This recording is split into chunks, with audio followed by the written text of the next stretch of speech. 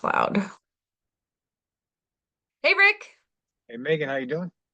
I'm doing well. I'm recording today on my laptop, so the Yeah. camera is not as cute because my phone, I had to do a reset Mm-hmm. and I've had enough with this phone. So here we are. Time to change.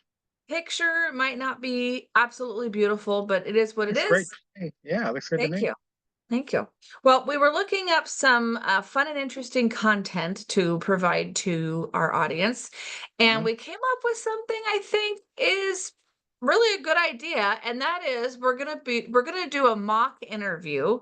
This week, Rick is gonna be Hmm. the home seller, and Rick, don't hold back, just be be your normal self. And next That could be week, in I'm trouble. gonna be the home buyer and I'll be interviewing Rick next week. So this is Uh-oh. going to help people to know sort of how an interview with a realtor goes down and good questions to ask and sort of what you're looking for. And Rick and I Yeah. did not practice this. We have a Oh, list of about 20 questions and we kind of decided on just a few of them here because we don't have all day and we know nobody else has all day to do this. So this is just to give you a really good idea of how an interview can go down, what you can ask, and different answers you might get, right? cool. Yeah, sounds good to me. Which is Let's good. go with it. Yeah. Yeah. So right after I leave here, I'm going on a listing appointment. So I go on Excellent. probably at least 2 to 3 listing appointments a week. Yeah. And so some of them, I'd say one a week is a brand new client, somebody who I haven't dealt with before, and the other two are repeat clients. And so that interview process is a little bit different than a brand new client because they haven't met you before. So we're going to do a brand new client mock interview here. So we'll start with how did this home seller find me in the first place? Maybe I'm somebody that has farmed their neighborhood, that's Uh-huh. dropped things off at their doorstep for years, or maybe they got a referral to me from a trusted friend who had a great experience. Maybe they went on Google and they looked up realtor in the area. I want to sell my house, whatever it is, Uh-huh. and they contacted me that way. There's just a bunch of ways that somebody can find a realtor to interview, and that is just a Right. couple of the top ones. But I'd say farming and referrals and then internet searches is how people find their There you go. realtors. Makes sense to me. Yeah. Yeah. So next week you're gonna have to provide me this information too. Just put it in the back of your head, okay? Okay, we can do it. All right. So when someone calls me to come over, then before I come over, I do a lot of research because I don't want to look like a fool. So I know what's selling in their neighborhood, how fast it's selling, how not so fast it's selling, what's the list price versus the sales price ratio, how long are things sitting on the market. And now with the new MLS reporting, I can look up all the concessions that were made to get that Wow. sale to happen. Yeah. I didn't know that. That's very cool. Yeah. So now, of course, we're leaning on the realtors entering the data correctly, which is always like a womp womp. That's Mm, 50-50 perhaps, right? that's exactly what I was going to say. Yeah. So it shows how much commission they paid the buyer's agent, if there were any credits for any repairs, and like any concessions you made, you're supposed to put it down there. So you get a good idea of the market before you even step foot on that property. Hmm. Good stuff. Yeah. Now, if Well, it's a, mhm. if it's somebody that you get their email, then you'll email them the information ahead of time. So if they have a chance to kind of go through it, then it might make the appointment that you have with them more meaningful and valuable if they've already sort of looked through it so that they're familiar, they've processed it, and then you can go through it together and then answer any questions that they have. Good stuff. So that's the data part of it. So when I get there, I've Hmm. got this report in my hand. I've already done my homework, Hmm. and they invite me into their house. And I usually like to go and take a tour of the house first. that's helpful. And then I have a notepad, so I write down everything. So if they're telling me, when did they make improvements? How old's the roof? What's the plumbing? Does it have air conditioning? This type of thing. You're feverishly making notes, right? Yeah. And so that way, when you sit down with them afterwards and you are coming up with a value range that you think it might sell for, then you already know the amenities, right? So when you sit down is when sort of the interview process begins. Now, there's certain questions that a seller might ask a realtor. We've picked those out. So, Rick, here we go. Now it's all yours. Well, no, listen, as a seller, I have a lot of questions because I have concerns. I have Yeah, concerns as a seller, right? yeah. So I guess my concern, Megan, is, I mean, how much experience do you really have? Because I don't want to be with a realtor that when there's a question or something happens, they have to go back to their broker and ask the broker the question to come back to me. I need someone who's on top of their game, that knows the stuff, that's been there, done that. And so tell me, Megan, kind of where you're at in that process, and really how do you handle situations? For example, we have an offer and the buyer's being difficult, asking for stuff we don't want to agree to. I mean, what's your approach and how do you handle this, and how do we get to that, through that process, I guess? All right. So you've got a couple of questions there bundled Mhm. up in one. So Yeah, first, you're asking your realtor about their experience, which is, yeah. you know, experience trumps a lot of things in our business, right? Hmm. So you're going to want to know how long the realtor has been at the job. Hmm. And I think it's a fair question to ask them how many houses they sell a Yeah, year. A yeah, year. for sure. How many of those are sellers? How many of those are buyers? Hmm. Because those are two separate jobs, right? And Hmm. so you're going to want your realtor to be a fairly active realtor. I mean, if they sold, two houses a month for a couple of years, I think that would be a pretty knowledgeable realtor. Okay. I'd say so. Yeah. And if it was their full-time job, they didn't have another job, like this Yeah, I was was gonna what they ask were about doing. that. Yeah. Hmm. Hmm. That's a very good question. Is this your full-time job? Yeah, Right? I'm concerned about that too. Yeah. Yeah. Especially when you're a buyer, right? And you want to go out and look at houses and your realtor has another job, your schedule is going to be limited, right? Okay, so you'll want to know how long Yep. they've been in the business, how many houses they sell a year. Hmm. Is this their full-time job? How Yeah. long have they been doing it? And do they mainly work for buyers or sellers? So Hmm. there's usually not an even amount. And that's a great question that you asked about how do you handle difficult situations when things start to go sideways.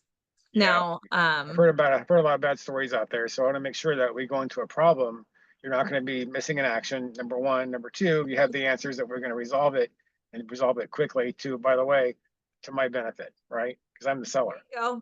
Yeah, those are three very good points. So the the answer that you're looking for is overall, you are looking for a very confident individual, okay? Hmm. Because when things go wrong, they can go really, really wrong. And your agent could be getting bullied by another agent, and then the Hmm. agent comes back to you with their tail between their legs and giving you some bad advice. A really great realtor, in my opinion, will first of all not get very emotional about what's going on. Okay. Hmm. We Okay. all try to I mean, we're not robots. And sometimes it's really irritating when somebody's causing a problem in a transaction. Hmm. But the best thing to do is just take a step back and understand that most likely they're not just causing a problem to cause a problem, that they have a concern Hmm. and that you need to get that concern addressed. Okay. So most of the time, underlying problems, people are just really concerned about something, and you have to just resolve that issue in order for people to move on. Um, then, once you can identify the problem, you're not going to get emotional about it. You're going to talk to the other realtor. So, in this world of technology. We do a lot of texting, we do a lot of emailing, but when the stuff hits the fan, you need to pick up the phone and just Mhm. understand the tone of the situation. Like, because sometimes you might be reading it wrong as well. Like, what the hell, Mhm. but it might not be that kind of a situation. So you call them and you say, I just want to understand what the spirit of this conversation is. Like, is this a really big concern? Is this, so you want to take kind of a bird's eye view of it and Mhm. decide where it's coming from. Is it resolvable? Mhm. Confirm what the spirit of the conversation is. And then you want to just gather facts about it. So if you have a couple of different ways to resolve something, that you sort of gather that together so that when you go to the seller as a listing agent, you don't go, gosh dang it, look at what Oh happened. yeah. Yeah. What are we gonna do? Seller doesn't want to hear that at all. Like, what if your doctor walked into your exam room after getting your test results and he's like, son of a gun, you've got high cholesterol still. Well, that get that's not very Right. helpful. It's like, so you Well, come to yeah, you don't want to create drama for the seller or for no, your nobody client. wants drama. Yeah. Yeah, you've got to be the level-headed one in the room. Yeah. So you got to come Right. to your seller after you've taken a real good assessment of the situation and say, here's the problem. Mhm. Uh, here's what I did to find out about this problem. Here are a few solutions. And do you have any ideas about this? Do you have any questions? Because, the seller, it's their house.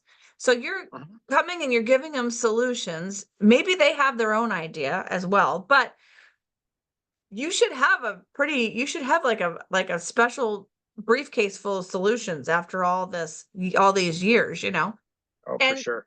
and then once you do that, then the seller is able to make an educated decision about where they want to go from there, Mhm. and then you're able to take that back to the buyer and get it resolved. Now, Mhm. 98% of things are resolvable.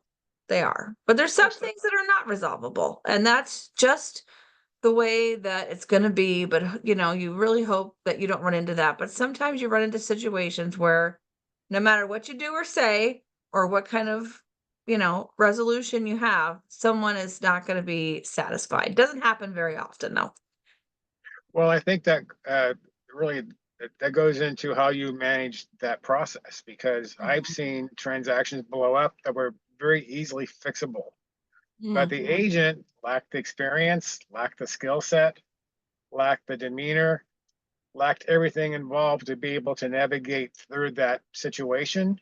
And the Mhm. emotions get ramped up really quickly, as we know, because the agent's not controlling any of that. And then the Mhm. easy answer is to guess what? Well, we'll go ahead and cancel.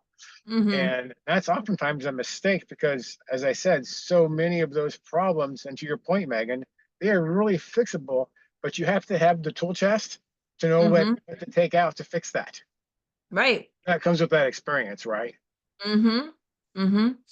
Yeah, yeah, and every once in a while, you have to call your broker and you have to ask him something. I Yeah. probably call my broker because she is a juggernaut. She's just probably every 2 months with something. Because I mean, I get a lot of stuff. I Yeah. have one now that it's like, okay, I've never heard of this before. We're talking about neighbor feuds and Mhm. the restraining orders and just all this crazy stuff. It's like, okay, what's the best way to you know to handle this? So anyway, so yeah, I mean, it's okay to ask for help when you need it, but most of the time you definitely have to have those tools because you're dealing with um hundreds of thousands of dollars and sometimes millions of dollars. And this is a really important job. And to your point, Rick, if escrow falls out, Mhm. it's very likely that if you go back on the market, that it's mostly that you're not going to get the same amount of money or the same kind of Right. traction you did the first time. Mhm. Mhm. Mhm. That's true. Sometimes, That's yeah, that's very true. sometimes it works in your favor, but most of the time it does not. Yeah, we've seen that time and again, no doubt. Yeah, Yeah. yeah. And a lot of things too, I think a good question to ask an agent if you're interviewing them, what Mhm. do you do before the house goes on the market to be prepared for this listing? What do you do? Okay. You know, Mhm. what type of steps do you take? What kind of pre-marketing do you do? What kind of conversations do we need to have? You know, you should have already gone over with the seller their estimated net. Okay. Mhm. You should have already created a plan by the time they are going to hire you, you know, a 90-day plan. What are the action steps that you're going to take to get this done? Then you should have talked to your seller about some things that are going to come up. You're walking around the house and you see dry rot all over the eaves, and you know it's probably not going to cost that much to fix it, but it's going to be a big deterrent for a lot of buyers. You know, you got to Mhm. talk to them about that and say, you know, I think it would behoove you to spend 2 grand to get all this fixed by the termite company before we bring a buyer over here, you know. Good idea. So yeah, you got to have the tough conversations because you're Mhm. not there for a popularity contest, and you know you've got to prepare these people. And even as simple as coming up with, how is the house going to be shown? Are we going to Mhm. do it appointment only? Is it occupied? Is it vacant? Is there a lockbox? Are we going to What's use that the process? showing app? Yeah, Yeah. because like I had a listing the other day for a buyer I was trying to get into, and I spent literally like 2 days trying to get the agent to confirm Mhm. when I could show the property. And it's like, come on, you guys, we got to do a little bit better than that. Yeah, well, true. It's probably a part-time agent that can return calls between 6 and 7 at night. Yeah, yeah, I know. So then Yeah. another thing is too, you know, as far as being prepared ahead of time, if you have a house that has some kind of special circumstances, the realtor needs to gather all of that information so that it's measurable and presentable to a buyer, right? So Mhm. if you have solar and your solar is leased or your solar is owned, you need to dig up the contract. You need Mhm. to find out how much savings is with this solar, or provide copy of the contract for the solar and then a copy of the last few months of your electric bill, or your electric bill in the summer, or you know whatever you want to Mhm. demonstrate. Mhm. It's like the weight is on you to prove your point as the listing agent, to prove your point that this is a valuable Mhm. asset, Mhm. Mhm. and here's the amount of kilowatts it puts out, you know, this is how many panels we have, the whole thing, because not all solar systems are exactly alike, They're you not. know. They're not. That's true. If you contact Tesla, I'm pretty sure that they come up with a solar panel system based on your current usage. Okay, well, what if there's 2 people in the house, right? And then you sell the house to 5 people. That's going to be different Mhm. usage. Mhm. And you Mhm. can't, you know, it's not like Sure. you can turn a dial, and you know, so you got to just, anything you can gather ahead of time, just get it together, get the disclosures done, you know, get all, Well, and it's, yeah.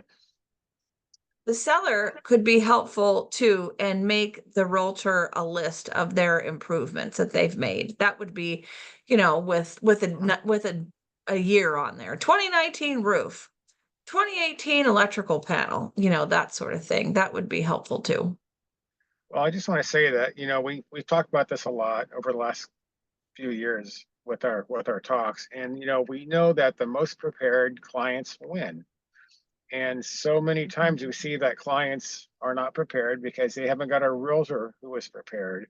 And so that doesn't go well really out of the gate. So I think what I want to say to this really as a follow-up to that, Megan, of why this in my mind it's so important, I know it is for you too, is that home buyers, home sellers, people trying to get financing, they will go through someone who knows somebody at work, and but they're really, really nice people, and they do this on the side, and they'll save them some money on some commissions or whatever the story might Mhm, be. And that's not what it's about, because every time we have one of those situations, listen, really nice people, don't get me wrong, super cool people, but no skill set. And these transactions turn into a complete mess. And it's mhm. so avoidable. And it ends up costing the home seller or home buyer a ton more money, Oh even my though they gosh. thought And they not to were going to mention the save some. stress, you Oh, the know? stress levels are through the roof. And we know Oh yeah. that. we've been unfortunately involved in way too many of those experiences.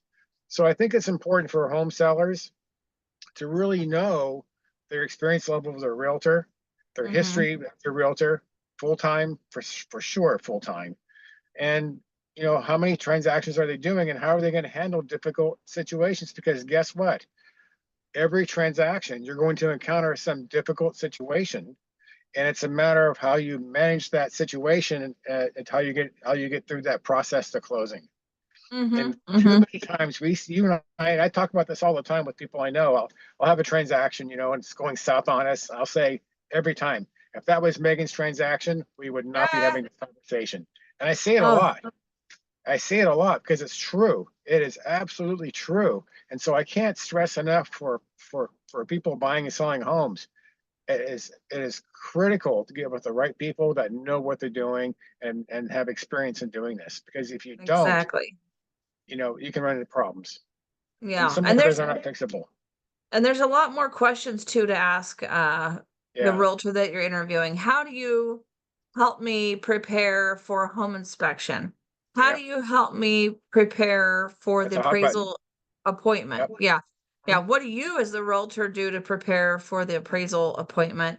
mhm. Um, that's just a few of the things. So I think this is enough information for today, and that people get the gist of it is that you really need to hire a juggernaut, Yeah, this whole like, um, I want to save money, so I'm going to hire, somebody else. I mean, maybe things will go well for you, maybe they won't. I don't know.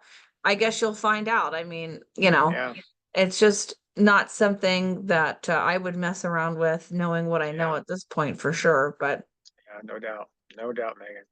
all right, Rick, you have been uh, a very right to the point home seller today. So thank you for being you. Thank you. Thank you for being And you. next week you better be ready because I'm Bring tables it are on. turned. Throw Tables that are stuff, throw turned. that stuff, throw the tough ones at me for sure. We're ready. Yeah, I'll Let's be go. ready. I'm not gonna give them to you ahead of time either. I'm gonna just spring them on you, okay? Okay. All right. You're Put me good. in the You're hot good seat, at that. huh? All right, Rick. Well, stay dry out there, Here, Megan. and we'll talk to you next week. Awesome. See you later. Take care.